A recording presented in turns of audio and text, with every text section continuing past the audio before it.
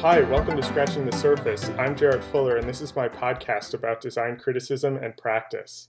On today's episode, I am talking with Quartz's design reporter, Ann Quito.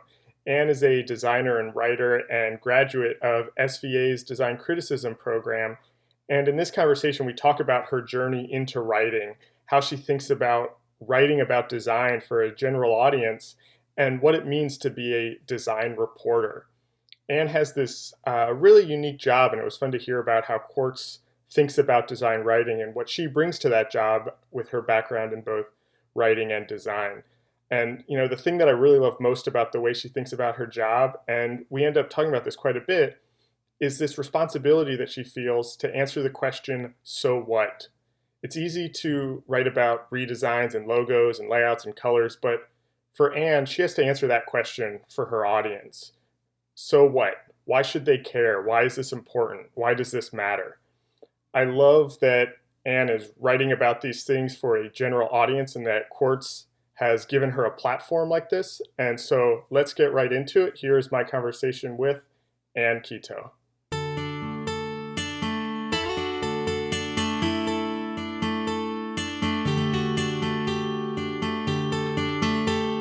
The thing I wanted to start with is I did some research on you before this, but it kind of only goes so far back. Yeah. Or anything about you online only goes so far back, and so I was kind of curious about your background and how you got interested in design and visual culture and that sort of kind of interest. Well, I'm a trained graphic designer, so I've been designing for a few years, and I actually founded a design practice within sort of this large NGO in Washington, D.C. called Design Lab. I still work there part-time, just sort of on a sort of like a management capacity, but that led me to, and so I had been a practicing designer, for several years, and as an art director, you sort of like form ideas and opinions about design, right? And you sit in enough meetings, as you know, meet with enough clients to sort of like piece together like the context and the solution, to I guess form a good opinion about design. Right. So that's been my background. So I'm a practicing graphic designer. I didn't know that. Yeah. Yeah, that's so interesting. Few people know that. It's kind of like my secret. Yeah. Almost my secret, because to me it's easy to write about and to critique graphic design because I know, where things come from and how things are decided. So that's kind of fun. Yeah. So where did the kind of writing come in then? Okay, the writing came really recently. So I was, I had my design practice, and then I went to Georgetown. I pursued this maybe non-essential, sort of like indulgent master's degree on visual culture. Okay. Like a whole semester talking about Dante, right? Like, okay. like whatever, like a whole semester, or I had this wonderful class taught by this really great writer. He was a Harvard University pre-divinity trained kind of theology teacher, and he wrote about the theology of travel. So he asked us to write essays kind of about the, I guess, experience of travel, or just all sorts of things. And we were reading Mark Twain, Innocents Abroad, we were reading poetry, and it was just sort of a weird class. And we were writing. I have never really been pegged as a writer. I'm always sort of like, pegged, the person who can do art stuff. But in this class, I had to put my thoughts to paper. And he, I think, was the very first one who acknowledged that maybe I can cobble a sentence. And in fact, he wrote my recommendation letter to what was then called DCRIT, Design Criticism, at SVA, and Alice Twemlow gave me generously, gave me a scholarship actually to the first class that I was able to join. Yeah, so it was quite wonderful and such a shocking kind of like validation of any kind of like writing um, prowess or ability that I had. I remember even calling Alice. I'm like, really? What did you see in my writing? I was Yeah. aghast. I was like, what do you mean? I think I submitted two sample essays from, two classes. And Yeah. um, so after that, almost immediately after that, that led me to, to like kind of like revisit Decrit, and Alice, you know, like welcomed me, and she gave me kind of the same scholarship, so it was quite helpful, and that led me, to move from DC to New York, and I've been here since then. Oh wow. It's interesting because I only knew you as a writer. So to hear you kind of think that you never really saw yourself as that until recently is actually really interesting. I've only been writing professionally, I guess. When did I get? I'm trying to. It's ever since I graduated from Decrit. So I think I got the graduation date wrong. I think I graduated 2014, right? Some, Okay. so it's only been like 2 or 3 years, really. Oh, Um, interesting. and I don't know if you'll ask me about Quartz, but Quartz is sort of like the advanced kind of, kind of like practice, if you will, or kind of Yeah. just catapulted me to this like field of journalism without really understanding what it was. So Okay. it's I want to get to Quartz, but I have a couple yes, questions before because I don't want to lose the thread that we're on right now. of course. What was I'm curious about what it was like for you to kind of be a practicing designer and then to get this master's degree and then to go to SVA where you're kind of, maybe it's less practice and more criticism and writing and Hmm. kind of thinking about it. What was that experience like, kind of that shift of perspective? Well, it's very funny. So Decrit was this rich program, and I think only in the middle of the first year did I actually realize that, oh, this is a writing program.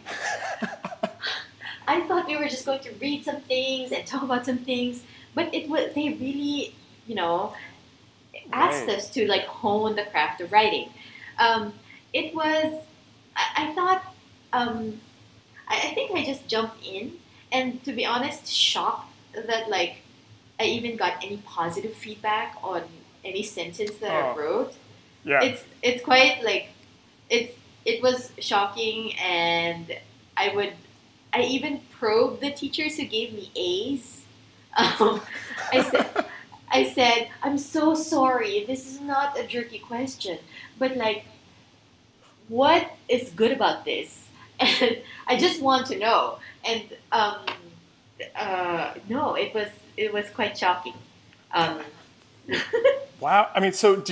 You really just completely just fell into all of this by accident. absolutely, my court story is even a good one when we get to it. So Okay.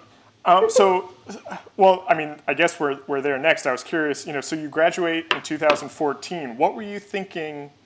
Were you thinking at that time that you wanted to be a writer?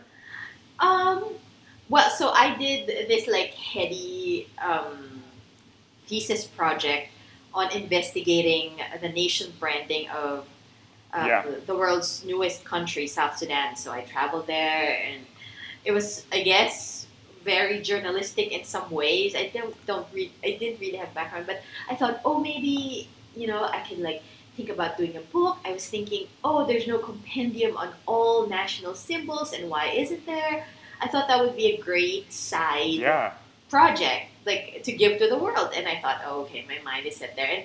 And I think at that time, Works That Work, a magazine in the Netherlands that Oh, I yeah. love, yeah, like asked me to recap my thesis, and that was fun. So I go, okay, my first foray in magazine writing. So that was um, fun. But I thought I would dabble in writing, and maybe and from Decrit, I had learned to write, long form. So anything, longer than 3,000 words. Like kind of like Oh, these like essayistic, kind of like fully described, fully researched. stuff. So I thought, oh, I could maybe do that as a hobby sometimes to remain. I think writing makes you curious about the world around you. And Yeah. it keeps you honest because you have to investigate the details and the facts. So I thought that was really thrilling, and I didn't want to lose that because I think as a and maybe you know this as a practicing designer, when you kind of like know the grind of every day, you kind of get to this point when you're numb. It's like, Yeah. oh my gosh, like another logo. I know how this is gonna go. Another thing. Yeah. Yeah. So writing was completely new, completely strange. Again, like I'm still, you know, I have no style. I'm like thinking about what I have, like to this day. So Oh, I think interesting. that keeps me alert and curious always. Um, so yeah, that's how it was. So I have a question that makes me think of a question. I'm not exactly sure how to phrase it, but Yes, just ask it. what's how do you see how is the process of writing for you different than your design process? Well, the hmm, I mean, and the reason I'll yes, set up a little bit. The reason that I asked that is I thought it was really interesting how you said that writing, the act of writing, makes you kind of more curious about the yes. world, and I totally see that, and I also see that as a designer also. Mm. Um, So and um, maybe I yeah, can put it this way. So after years of kind of like designing the same thing and working with the same clients, oh, I I see. think you kind of know how things are going to go.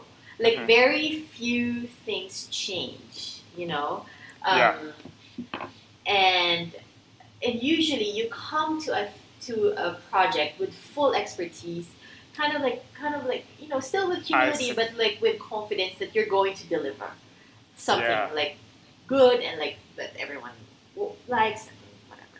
But yeah. with writing, for me at least, and maybe at some point I'll know the answer. I don't quite know where it starts. Sometimes it starts with a hunch. Sometimes it starts with a phrase that I heard in a lecture. Sometimes it's Ah, from a pitch that I receive via email. So the beginning is usually kind of like curious.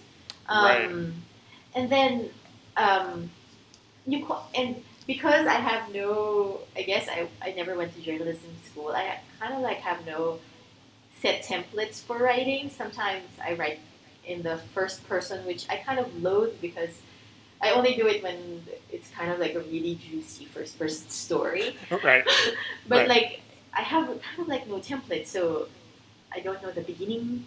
I don't know if I'll be funny or like acerbic Uh, or so all those yeah, things. I feel free and curious, and also writing for a news organization, super responsible because it's yeah. not just an audience of a few, but an audience of many.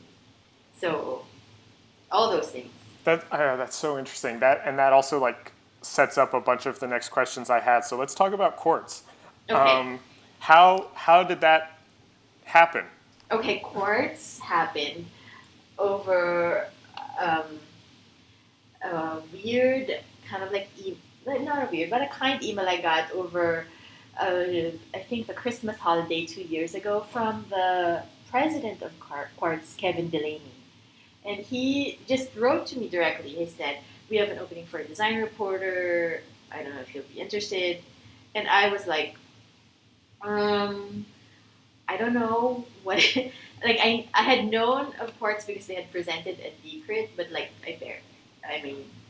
I mean, I Yeah, listened, but like it wasn't like oh my gosh, it wasn't like the alluring, like right. when you go to this program, maybe you're like enamored by the New Yorker or like, Yeah, working for all these established media organizations. And then he emailed me, and then it took me like a couple days to respond, and then Alex had to follow up with me, and she says, "Dear Anne, did you get a message from Kevin? yeah, Maybe you should look at it." Um, and of course, I love Alice always. I was like, "Yes, right away." So I emailed back, and he said, and we spoke on the phone, and immediately, um, I sensed that that what he was doing, his startup then and still now, was something sort of like admirable, Yeah. and really it really took one conversation and one in-person meeting. And the thing that I love about um, the hiring process was Kevin asked me to write my own job description. Okay.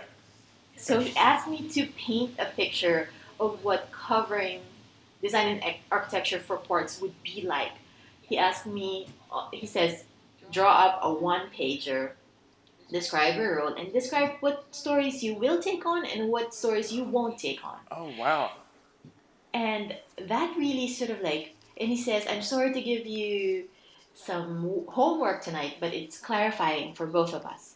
And that happened, and immediately, I signed on. Yeah. And meeting him in person, this sort of Kevin Delaney used to be the managing editor of the Wall Street Journal and a lover of design and fonts. And I'm like, yes. Interesting. Okay. Like totally, it was great. For a long time, I had been part time with Quartz because I wanted to still shepherd the design unit I started. I had asked Kevin, well, I have my own startup and it's quite successful. Why should I join yours? And he had some always great answers for me and always has encouraged, my thinking and my curiosity. So I'm still here and it's different and Yeah. great every day. Yeah, So that really is actually kind of an amazing story. You're the first. They didn't have a design reporter before you, right? they did. Okay. They did have a design reporter before me, but I think he had I don't know, he had resigned because of visa issues or something Okay. to that effect. But and he said he had posted a position over a few weeks already, and he Okay. reached out to Alice. Okay. So, I mean, that was. I think it's really cool that he asked you to write the job description, basically. Yes. Because that was actually something I wanted to ask you about. It's like what did Quartz expect from you, or like what were you thinking going into that job that you were going to write about? I'm wondering if I can pull it up. Well, let me see if I can actually pull up really quickly. Oh, cool. Let's see. You asked me to write a memo. So I think I said,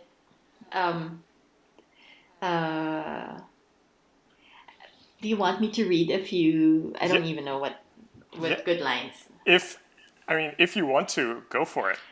Okay, so I said and this is me writing this on January 2nd, 2015. Okay.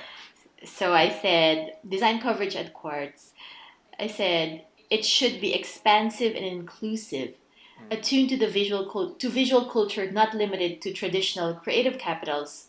Design coverage at Quartz will draw from the broadest sources, embracing a global agenda from established and emergent makers.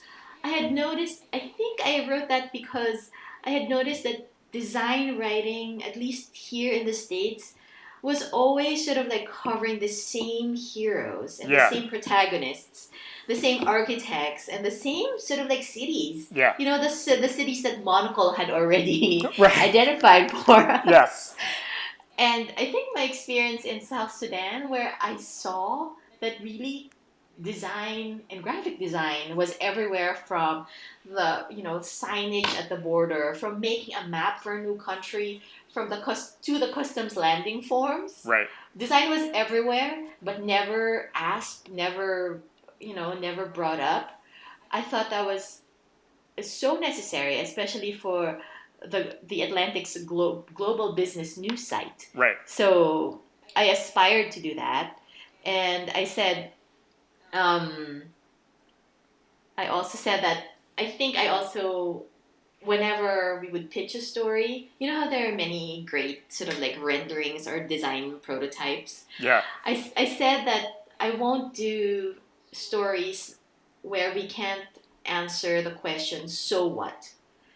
Because there are so many entertaining, oh my gosh, like a seahorse-shaped lifeboat emerged in this but it's a rendering, and I'm like, so what? Right. What kind of world order does this sort of like underline or append? Like, I'm always curious about.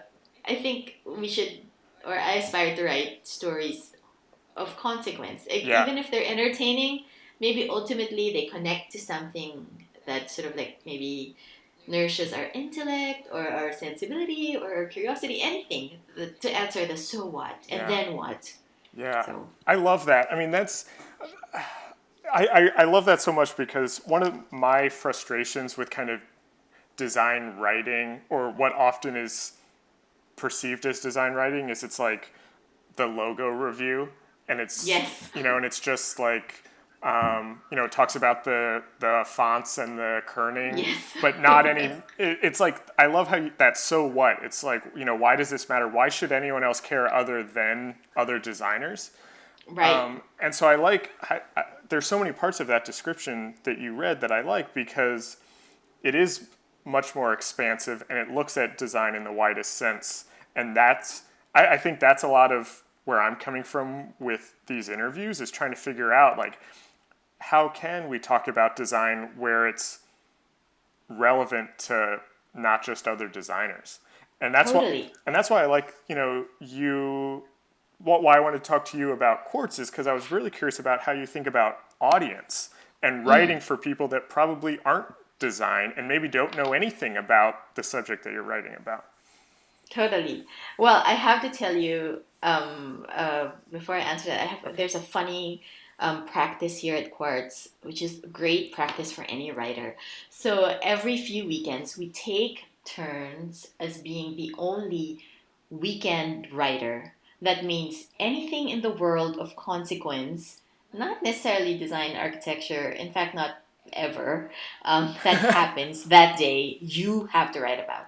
Oh So I wow. remember one day I wrote maybe like 6 stories, one on like Stephen Curry's miraculous basketball shot. I don't just like a rant or like an airport got bombed. So all those things Oh wow. actually is great practice for me to think about. Well, how to write about events for the general public, not necessarily about design, but about anything. Hmm. So we also have great editors who sort of like question me, what does this mean? And sometimes I think, what do you mean? What does that mean? Like kerning, right? And Yeah. then I'll Yeah. have to like, so there are some checks, and I think it's good to actually. This is pretty great. I think it's good not to write for a design publication because the editors come to what you're writing cold. So Oh, so they're kind of like this. They kind of serve as your test if what you write right. resonates. So that's a good check. And the other person who reads all my stories, at least he says, is my dad. And sometimes he'll ask me, "What do you mean by this?" And like I'll know, okay, next time I'll say that differently. But like Right. always, like it's writing for Quartz always begins with an angle, which usually translates to a headline. And it's got to be a headline that more, not just designers will click on. So I think that sets the Mm. signal. And it's always, in my mind. So how do you pick kind of what you're going to write about, or what are the subjects? Do you have kind of Mm. a set of subjects or topics that you're kind of always thinking about? So, you mean how many Google alerts do I have? Yeah, yeah, basically. Many. So many. So anything design, and design is broad, as you know. Yeah. So usually anything design and architecture related Okay. kind of gets funneled to me. And sometimes there's a fuzzy line between art and design. So that Mm. always sometimes comes to me, which I don't mind writing about. But um, I'm always keen to make a distinction here about, art and design. So usually, sometimes things get sent to me. Sometimes I'm obsessed with a few things like heraldry and flags and Mm. anything that touches like wonky government design Yeah. because no one looks at Right. that. I love it. I feel like I love those nitty I love that I found out that Helvetica is in all nutrition labels because it was a free font. Right. Right. So I have Google alerts for all sorts of like wonky Interesting. um, design topics. I also look at some countries who I admire. So I have Google alerts for very specific like Swedish things or Japanese paper folding or paper or pulp in general. So those things, and of course I always look at stories from South Sudan because they remain Right. close to my heart. I think working for a nonprofit in DC especially, and maybe you know this, you kind of get this sort of like international perspective. So anything Yeah. multilateral or UN-esque makes my heart race. Right. Um, uh, really, all sorts of like, but any stories can come from any place. Sometimes it's sort of again a word, a motif, or maybe just a question I had. Like I think we tried to do um, a video story here on.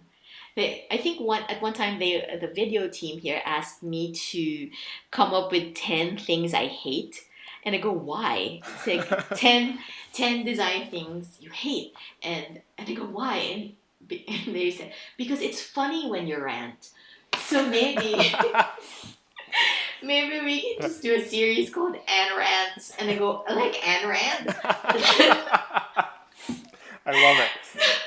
So I'm like I could go on like elevator buttons, whatever. Yeah. So and I think we filmed like a prototype of a elevator button like rant, and I go I don't want that because okay, this is the thing. I think design writing is, as you said, with logos, is more than about ranting. Sure, Right. you can be funny and ranting, but like answer why that's so. Right. Why, right? Yeah. I mean, it's all these sort of like self-appointed art directors online. I think is pernicious to the practice of design. It's just tell me why, put that in context. So I didn't quite want just a ranting video. I kind of wanted something that makes you think, or maybe even if I don't answer, it just makes you reconsider the built world around you. Yeah. So yeah, there are enough internet Right. critics out there. I thought. I have a question about on Quartz's website, your title Yes. is listed as design reporter. Yes. And so I'm curious, this is a two-part question. One, Yes. what does that title mean to you? And then two, how would you describe your writing for Quartz? Like, is it journalism? Is it reporting? Is it criticism? Is it commentary? So design. I take the design reporter role as I see that as anything two parts. So anything that happens in the design and architecture world of consequence, meaning we can answer the so what or this leads to something, I must write about. Okay. And then the flip side to that is when a world event happens, like Brexit or the Trump elections, or a terrorist attack. It's incumbent on me to think of a design angle. Like what was the architecture of the airport like? Was it vulnerable? Was there a story to tell there? Like so, I'm looking at world events and viewing it through the purview of design and architecture. That's what it means to me. That's really interesting. I mean, that was one of the reasons why I wanted to talk to you is because I thought that title was very curious because you don't see people called design reporters Right. very often, if ever. I can't, off the top of my head, I can't think of anybody else with that type of title. I don't know really. I mean, it's very funny. Like also at Quartz, it's sort of like a, I think, a given term for an obsession or a beat we're assigned, but Yeah. we're we're free to and encouraged to write about things we know and are keen about. For example, I grew up in the Philippines, so I've written a lot of stories about our also controversial president. So so when they at Quartz, they kind of like try to get to know every, a writer, not just from one, from their role, but from like all their passions and like interests and hobbies. And usually we get sort of asked to write about them, which is quite fun, sort of like a step out of your routines. Yeah. Yeah, yeah. It's interesting. I was just reading just earlier today about the Istanbul Design Biennial that Yes. Mark Wigley and his wife, whose name I just forgot, Beatriz Colmina. Yes. He has this great quote, or they said this thing around the biennial that you can't escape the world. You can't escape design anymore. The world's been covered in a geological layer of design, is I think how they said it. That there's no way to escape the influence of design in the world anymore. And I think that's interesting to hear you kind of talk about world events and finding a design angle on them, or how design maybe influenced them or played a part in them, or was changed by it. Do you and so my question is, do you see a I don't know the word, do you see like a responsibility to educate your reader about design and design's effect on the world? Yes. Actually, to answer, not to, I guess to answer your other question that I didn't answer. Sometimes my writing is journalistic. Sometimes it's Oh, commentary. yeah. Sometimes it's critical. Yeah. I think all those they encourage. I do feel a great responsibility. Want to explain when something happens, explain a logo, why that's so, whatever. But also to put them in context, Yeah. to put them in the right context. I also, this is one thing that I do, and I don't think most, I think some writers still do. I try to get an original quote. So whenever, like in internet Right. journalism, you're expected to write fast and plenty. But I always try to get to the creator or the source. I think I owe it to the reader and the creator, not to aggregate so many sort of, and he said to what, and God knows what questions he was asked. So I want to sort of like, I think it's my responsibility to report or to give a forum for the creator and kind of present his voice in the most sort of pure way. Right. And to the reader, I have to make it understandable, I think, and I have to put it in the right context and bring in references that further understanding. And my colleague here is saying, sometimes your writing has too many details that we don't need. And I'm like, okay. So, Yeah.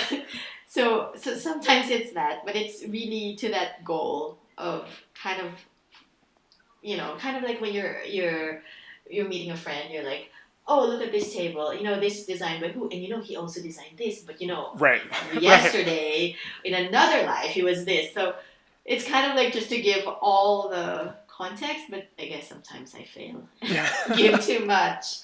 But yes, I feel great responsibility to do that for sure. I want to talk a little bit about just kind of design criticism in general, and your kind of thoughts on that. Yes. As somebody who is, I feel like you have you might have two unique angles on this, or a point of view on this. And one is being someone who writes about design for a publication, and then also being someone who went to graduate school studying design criticism. I guess I have two-part question here. What do you think of kind of the state of design criticism today? And then the second part is kind of like, what do you see as the role of design criticism or design writing? Well, and this is just from my opinion, and maybe from the limited things I've read. I think there's a preponderance of armchair design criticism. Hmm. Kind of like stories written from press releases, or maybe Right. even cursory phone interviews um, with a creator.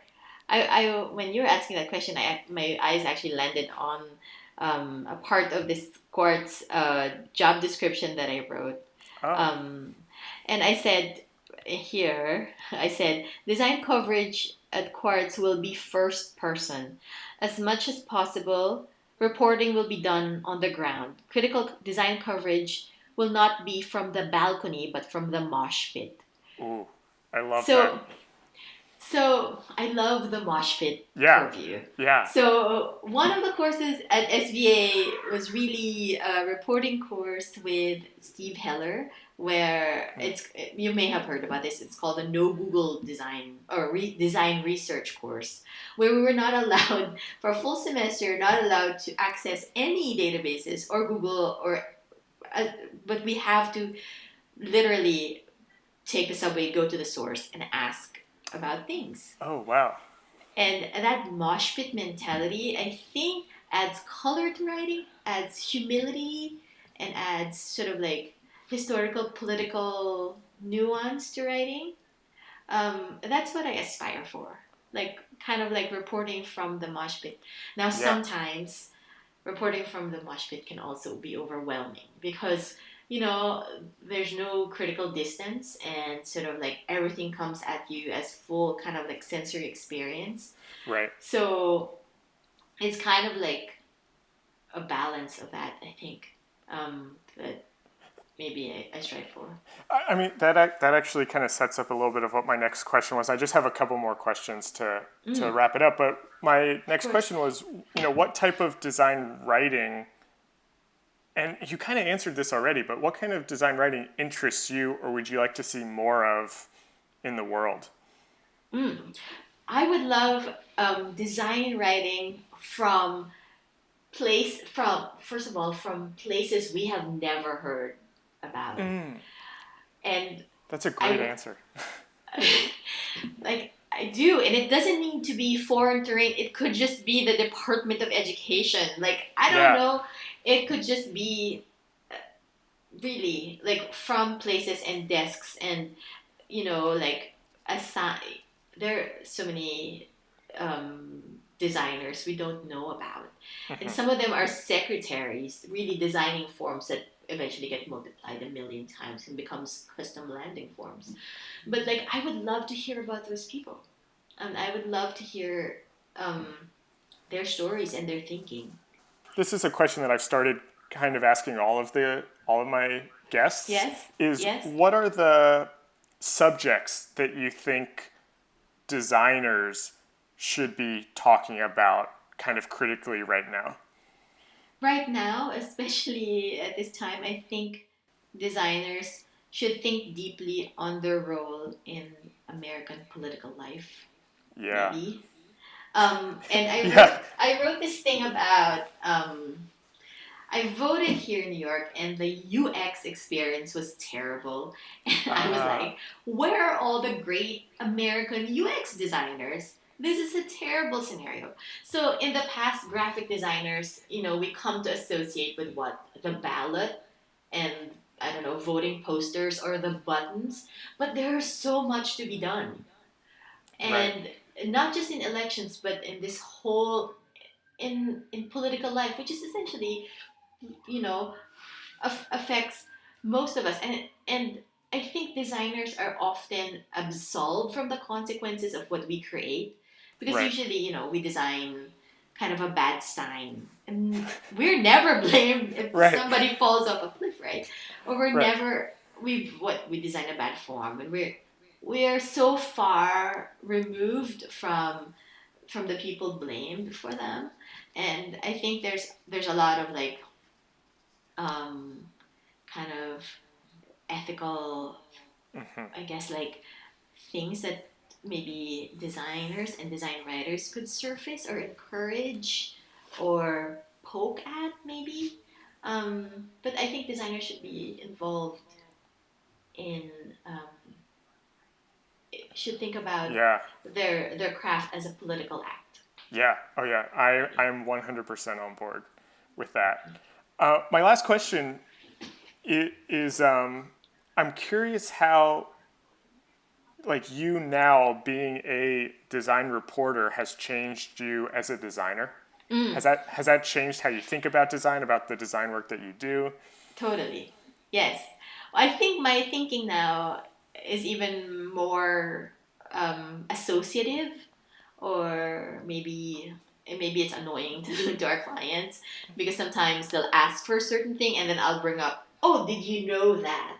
Because as a reporter, you're tasked to be like alert for all things, Right. and read more and be aware about things and world events. So sometimes I bring that nuance to design work, and and sometimes it's helpful, sometimes it's not. But I think I'm more understanding and maybe forgiving of bad design sometimes, because I know how it happens. It's not the work of one, but really Right. the kind of the result of a whole process. And I don't sometimes and sometimes I'm asked to like quickly critique a logo here, but it's always, I think, since I've been writing, I've embraced sort of this tempered view. Yes, I hate it. It's horrific, but this is why, you know. Right. Um, so Right. maybe that's how it's affected my design work. I don't know, maybe for better or worse. Yeah, I know I said that was the last question, but I actually have one more. I want to flip Of it. course. How has being a designer influenced how you think about writing and reporting and essentially being a journalist? Well, as a designer, or a graphic designer at least, you know the exact terms. You can describe things with even more detail or specificity, or you can summarize things in a very succinct way. That's one, and it's a very technical one. And two, you have great empathy. I think a designer has what do they usually call it? Like, you kind of, I think a designer is a good synthesizer of many sources and many Yeah. needs, a great like arbiter or negotiator. So when Right. I'm writing, I try to always keep in mind that it's not just one purview. Oh, what did someone else say? What, get another opinion, or maybe it's terrible because of something. So it leads me to that kind of thinking. I'm not the fastest writer because I'm not, and I'll never be hired by Mashable or any media outlet like that, because I try to like kind of like, okay, I'll write this and like maybe I was wrong. I should foil this. I think I have a more considered view, having practiced design all these years. Yeah, I love that. That's so great. Thank you so much for talking to me. I thought this Of was course. so interesting. I loved it. Of course. Thank you for thinking of me. I'm so honored to be part of your series. This episode was recorded on November 30th, 2016. Our theme music is by Andy Borgasani. We're on Twitter at Surface Podcast. You can find us on iTunes and SoundCloud and at scratchingthesurface.fm. Thanks for listening.